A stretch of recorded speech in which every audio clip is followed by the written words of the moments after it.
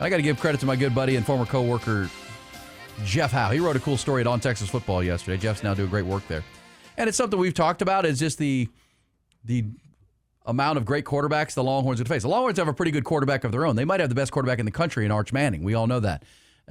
But, where does he rank? If you go find 15 rankings of the best quarterbacks in college football this year, some will have Arch number 1, some will have Arch number 9. I mean, that's how deep the college football quarterback parade is this year. And Texas plays a bunch of them. But it's a good history lesson, okay? Because one of the clear takeaways from this past weekend's Manning passing camp in Louisiana was on Will Muschamp's return to Texas to retake control of the Texas defense, this time under Steve Sarkisian. He did it previously under Mack Brown. It coincides with the 2026 schedule that is absolutely stacked with top-tier quarterbacks. Let's run through it, and then we're going to have a history lesson on the toughest years for facing quarterbacks the Longhorns have faced. And let's say that, Jack, in that history lesson, there were plenty of years where Texas didn't have one. Like, they were facing really good quarterbacks, but they didn't have a quarterback. Yeah, like the Big 12 in the 2010s. At least this year, they have Arch. But here we go. So before the Longhorns even play an SEC game, they're going to face some really good quarterbacks, accomplished. Now, you say what you want about Texas State and UTSA, but Texas State's Brad Jackson and UTSA's Owen McCown. Owen McCown was at the Manning Academy, or Manning camp. I mean, those are accomplished players. I mean, those guys have played a lot of football. They've been all-conference players, so you're going to see really experienced guys. And at least Brad Jackson is a dual-threat player for the Bobcats. And then, of course, sandwiched in between that is Julian Sayin, who, if you go to those lists of quarterbacks I was talking about, he's going to be number 1 to number 5 on most of those lists. He's a really good player. And he's got Jeremiah Smith to throw the football to, and Ryan Day and that crew still running the offense there. But it's safe to say, so you got those 3 guys to start.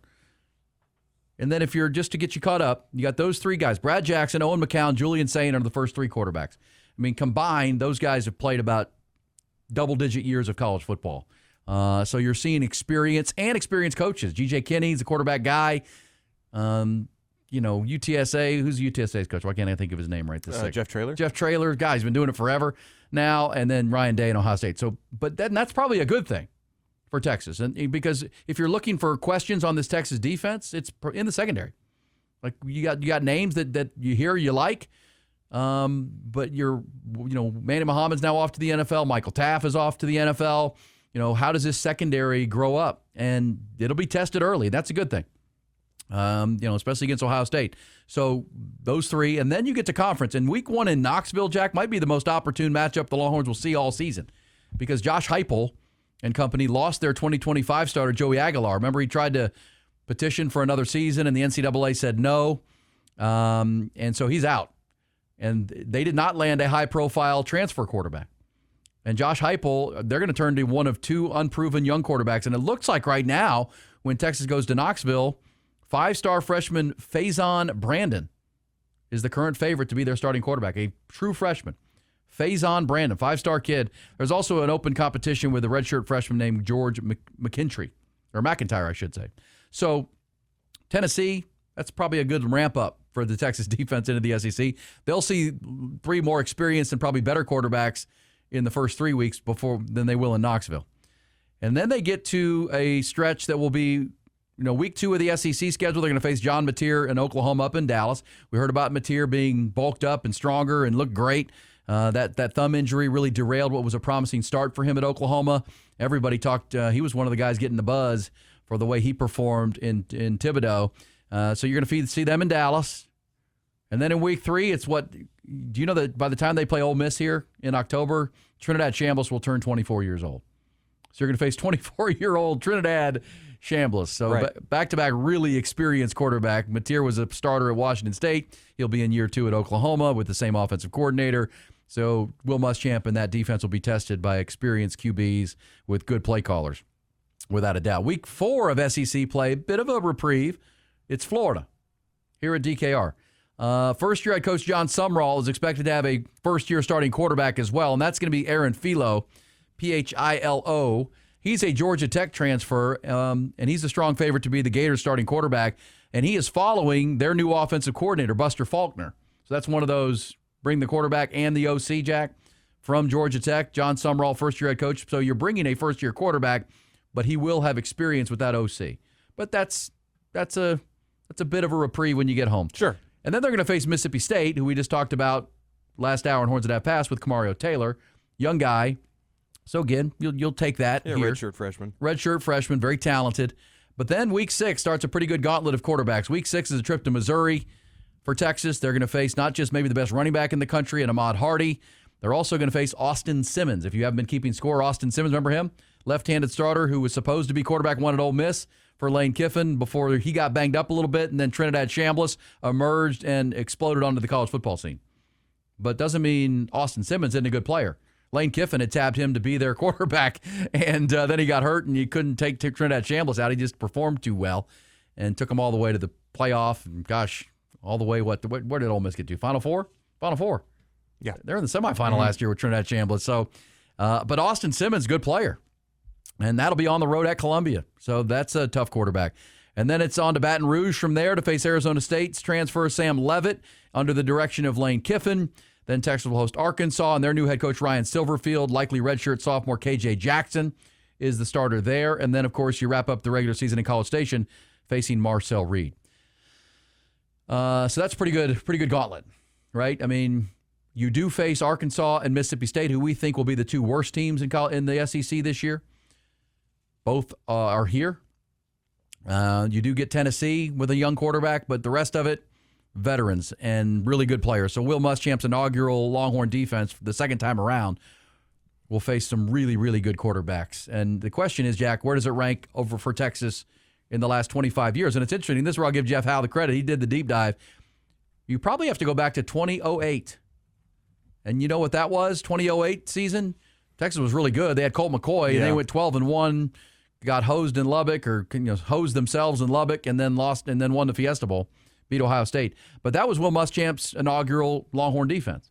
And that year, they faced 7 quarterbacks in 2008 in that regular season who were either drafted or on active NFL rosters at some point in their career or made all NCAA recognized All-American status while they were in college. So 7 of that was back, 12 games? Yeah, 12 games. But in that year of 2008, they faced Sam Bradford and then Robert Griffin III. Both were eventual top 10 draft picks. That's right. Zach Robinson, Oklahoma State, played in the NFL. Stephen McGee at A&M, drafted. Graham Harrell. And Missouri's Chase Daniel went undrafted, but then played 14 seasons of NFL football, won a Super Bowl. And Graham Harrell was part of a championship in Green Bay in 2010. Really? Yeah, 2010, Graham Harrell. I didn't know that. So Aaron Rodgers. So 7... That's the deepest group that Jeff was able to uncover. The deepest group of really top-end quarterbacks. 7's the number. And wasn't Ohio State's quarterback Terrell Pryor that year? In the Fiesta Bowl. In the Fiesta Bowl, yeah. Was he? I'm pretty sure. 2008? Yeah. That was still Jim Tressel. That was still, for sure it was Jim Tressel. So 7 is the most the Longhorns, according to Jeff Howe, has faced in the regular season in the program's previous 20 seasons. So it's never happened. That was the high water mark. And that was a great Texas team because they had a quarterback in Colt McCoy, and they had Jordan Shipley, and they had Quan Cosby, and they won 12 games and probably should have won that game with Texas Tech and Graham Harrell, and we don't need to revisit 2008. It's too painful for Longhorn fans. In 2011 is an interesting. Then Texas with Mac Brown and when Garrett Gilbert didn't pan out and then he transferred, Texas went a decade without being able to find a quarterback pretty much unless it was Sam Ehlinger at the end of that. But so in 2011, Texas faced Robert Griffin, Landry Jones, Brandon Whedon, Ryan Tannehill, Colin Klein, who finished third place in the Heisman voting that year. So that was a pretty good run of quarterbacks. And again, Texas didn't have one of note. What year was that? That was 2011. Okay. 2014. How about this one? 2014. And this was really when Texas was in quarterback issue. Hey, 14, that was David Ash. Well, you faced Taysom Hill, Brett Hundley, Bryce Petty, Trayvon Boykin, and a guy named Patrick Mahomes at Texas Tech. And then the equally forgettable Longhorn regular season slate of 2015 where you faced Mahomes. Right. Baker. Boykin, Jared Goff went on to be the first pick of the draft. Goof. Oklahoma State's, he was a great player. Oklahoma beat Texas twice. Yeah. Oklahoma State's Mason Rudolph and Oklahoma's Baker Mayfield in 2015. Goff and Mayfield became first overall picks, if that memory serves. And you played both of them in 2015. And then in 2019, because you faced Goff again in 2016, then 2019, Joe Burrow, Jalen Hurts at Oklahoma, Max Duggan, Skylar Thompson, and Iowa State's Brock Purdy. Pretty good run. Then 2021, Texas faced Max Duggan, Brock Purdy, Tyler Shuck at Texas Tech, who was hurt, but now he's playing for the Saints. Shucking and jiving. Shucking and jiving. Will Howard, and then Oklahoma, of course, famously replaced Spencer Rattler with a guy named Caleb Williams in the first half of a Red River shootout game in 2021, and the rest was history. So we could debate all morning which is the best or toughest or most accomplished, but really can't be argued. This might be the most grueling challenge of quarterbacks that any Texas defense has ever faced. Because as Jeff Howe dug into, 2008, there wasn't anything in the previous 20 years that came close to that. So from 2008 to now is almost 20 years. You're talking about 18 years. This could be, and it's could, right? It's potentially the most difficult. And is that fair to you to say, Jack, that the biggest question mark on the Texas football team, I know everybody's going to say offensive line, but you could have an equal question about the secondary. Yeah. Because it's young. It is. And we're hearing Bo Masco is going to be really good from Rutgers, but we haven't seen him play in the SEC yet. I think it's a very capable secondary room, but it could also be exposed at times. Well, and you're going to face quarterbacks who can expose it if there are issues. Exactly. That's going to be, because I really trust the front. I mean, the defensive front's going to be excellent at Texas, and that helps any secondary. We know that. And Will Muschamp is going to play. And this is one of when you look at this gauntlet of quarterbacks, and let's not just add quarterbacks, Jack, you've got some incredible offensive minds in there, and play designers and play callers. I mean, you're facing Ryan Day, you're facing G.J. Kinney in week 1, who gets credit for being very creative and what he does with his offense at Texas State. Then it's Ryan Day in Ohio State. Josh Heupel, even with a freshman quarterback, is pretty dynamic with what he does with his offense. We know, and we'll see with Pete Golding at Ole Miss. Who's calling plays for Pete Golding at Ole Miss? It's somebody that was. I think it's Charlie Weiss's kid. Is he still there? Calling plays? He might be. I think it's Charlie Weiss's son, right? I believe so. And so that will be really. I mean, Lane Kiffin is seen as the best. Colin Klein at A&M is into his 3rd year now. Colin Klein left. Colin Klein's coaching college football now.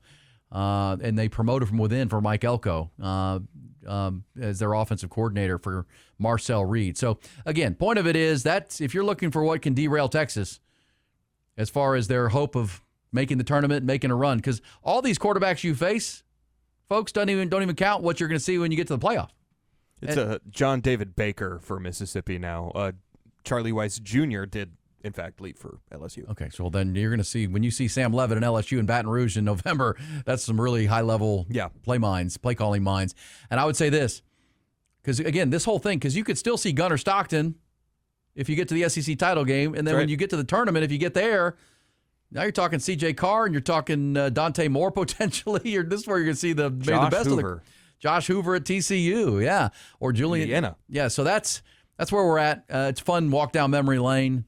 Which one of those runs of quarterbacks that I mentioned stands out to you the most? Top to bottom, probably 08. Yeah, that was a great. That was such a fun year, but it was also such a frustrating year. I still think that team was better than 09. 08 team was 100%, better than 09 by 100%. a margin. And 09 made the championship. Right. We were fortunate with some good gracious and against Nebraska in the Big 12 championship game and a clock operator, but not either way. There's a second left, man. Well, come on. I'm still not sure about that. Hit with 1 second. Ball bounces. Hit there's what? 0-1 second. Hit what? The camera. Does that count as the ground? It hit an obstacle on the sideline. That's out of bounds. Mac's right. Mac is right. Mac was always right. Yeah, Death taxes and Texas beats is Nebraska. Oh, man, I've told you that story. When I stayed at a hotel up there near Arlington, up in Garland, because it was just up the tollway, and it was one of those where they had the big courtyard in the middle, and the big the home rooms were around the courtyard, and that mostly were Nebraska fans. Somehow I ended up at a hotel with Nebraska fans, and they almost burned the place down. Like they were throwing stuff off down into the atrium, throwing trash cans. They were so mad after that game because Nebraska fans were so tired of Texas at that point. And that was some good fortune. But either way, you're right. 08's team was better than 09's because that was when you started to see the disintegration of the offensive line. Yeah. And it just wasn't, they weren't as like you didn't have Earl Thomas either, No, they weren't as good. I think, no, they did. But they did make the championship, and if Colt McCoy hadn't gotten hurt, they might have beat Alabama and won the national title. We'll never know. We'll never know. That's all time, we'll never knows. But there you go. So, yeah, probably the 08. 08 is 7. 7 top quarterbacks who played either in the NFL, were high draft picks, or were really, really accomplished college quarterbacks. Pretty good. But that run right there how about Robert Griffin III when he won the Heisman? You got Landry Jones, who played in the NFL, Brandon Weeden, Ryan Tannehill was a top 7 pick in the draft. Colin Klein was really good and tore up Texas. But that Taysom Hill, Bryce Petty, Trayvon Boykin, Patrick Mahomes run. And the bad part of that is Texas didn't have a quarterback at all. And so that was rough. But I got a defensive coordinator after Taysom Hill. I got to throw that 2015, and props to Jeff Howe for doing the deep dive and reminding us all. But Mahomes, Jared Goff, and Baker Mayfield in the same season. Yeah, that one is probably more top end. And Mason Rudolph's still playing. He is. He's on the Steelers probably. Trayvon Boykin would probably be playing if he didn't become a criminal. And then 19, Joe Burrow, Jalen Hurts, Skylar Thompson. Is he still playing? Brock Purdy, Max Duggan. Purdy, obviously, Hurts, and Burrow still pretty good NFL quarterbacks. And that was 2019. And LSU won the national title that year.